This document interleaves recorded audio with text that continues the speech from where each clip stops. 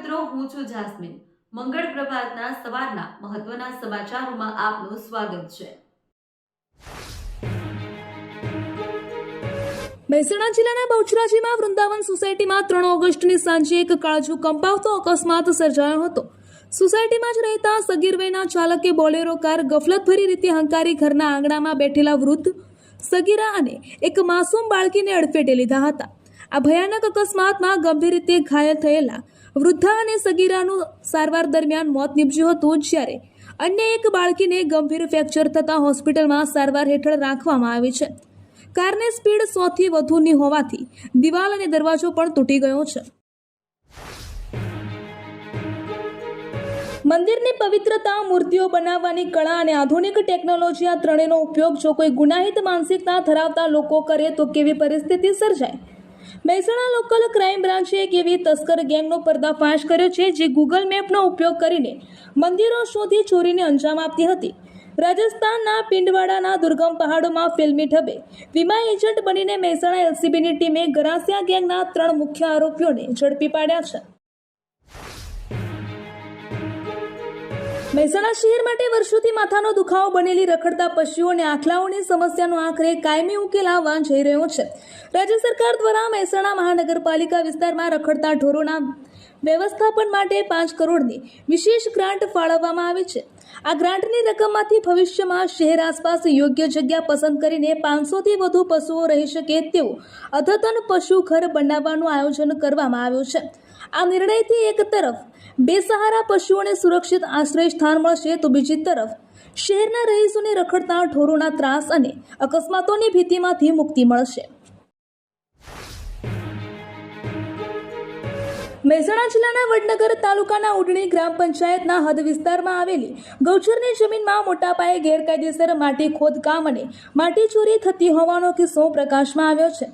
ઉંડણી ગામના survey number 1066 પર આવેલા તળાવમાંથી છેલ્લા કેટલાય સમયથી અજાણ્યા ઇસમો દ્વારા કોઈપણ પ્રકારની સત્તાવાર મંજૂરી લીધા વિના મોટા પાયે માટીનું ગેરકાયદેસર ખોદકામ કરીને માટીની ચોરી કરવામાં આવી રહી છે.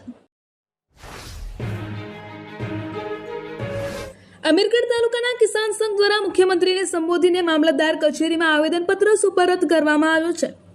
ખેડૂતોએ વિવિધ 9 જેટલી માંગણીઓ સંતોષવા માટે સરકાર સમક્ષ રજૂઆત કરી છે. આવેદનપત્રમાં રાસાયણિક ખાતરોના વધતા જતા ભાવોમાં ઘટાડો કરવા, બનાસ નદી પર ચેક ડેમ બનાવવા અને પાક ધિરાણ અંગે સરકારને અગાઉ કરેલી જાહેરાત મુજબ ધિરાણ આપવા સહિતની માંગણીઓનો સમાવેશ થાય છે.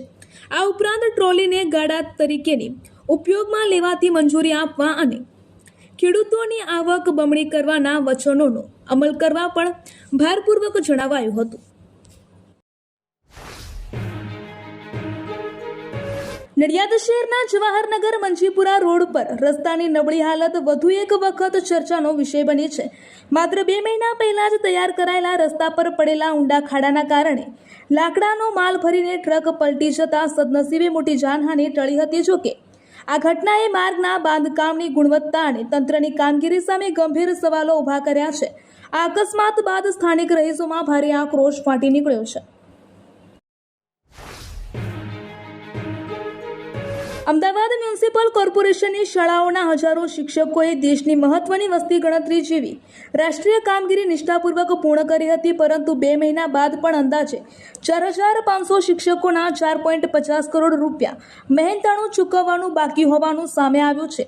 એક શિક્ષકને અંદાજે 11,000 જેટલા રૂપિયા ચૂકવવાના હતા, જેમાં પ્રથમ તબક્કામાં 9,000 અને તાલીમ માટેના 1,900 જેટલા રૂપિયા એક શિક્ષક દીઠ ચૂકવવામાં આવવાના હતા.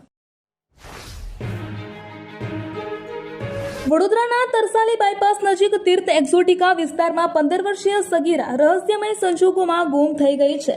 ગત એપ્રિલ માસમાં માતાનું અવસાન થયા બાદ સગીરા સતત ડિપ્રેશનમાં રહેતી હતી. 2 ઓગસ્ટના રોજ સગીરા પોતાનો મોબાઈલ ઘરે મૂકીને નીકળી ગઈ હતી, જે અંગે પિતાએ ફરિયાદ નોંધાવતા કપુરાઈ પોલીસે તપાસ હાથ ધરી છે. સુરતના લિંબાયત વિસ્તારમાં સામાજિક કાર્યકર્તાની ઓળખ ધરાવતા અને કાયદાના જાણકાર હોવાનો દાવો કરતા રઈસ અહમદ મોહમ્મદ સફી શેખ સામે 4 લાખની બળજબરીથી ખંડણી માંગવા અંગે ગંભીર પોલીસ ફરિયાદ નોંધાઈ છે. નોંધનીય છે કે આરોપી રહીશ શેખ વર્ષ 2010થી 2015 સુધી નગર પ્રાથમિક શિક્ષણ સમિતિ સુરતનો પૂર્વ સભ્ય રહી ચૂક્યો છે અને હાલમાં લિંબાયત પોલીસ સ્ટેશનની શાંતિ સમિતિનો પણ સભ્ય છે. વડોદરામાં નારી વંદન ઉત્સવ અંતર્ગત મહિલા સ્વાવલંબન દિવસની ઉજવણીના ભાગરૂપે આજે 4 ઓગસ્ટે સવારે 10 વાગે મહિલા ઉમેદવારો માટે વિશેષ રોજગાર અને એપ્રેન્ટિસ ભરતી મેળાનું આયોજન કરવામાં આવ્યું છે. પોલો ગ્રાઉન્ડ સામે આવેલા લાડ ભવન ખાતે યોજાનારા આ મેળામાં 12 જેટલી ખાનગી કંપનીઓ દ્વારા સેલ્સ એન્જિનિયર, મશીન ઓપરેટર અને ટેલિકોલર સહિતની 200થી વધુ ખાલી જગ્યાઓ માટે સ્થળ પર જ ઇન્ટરવ્યૂ લેવામાં આવશે.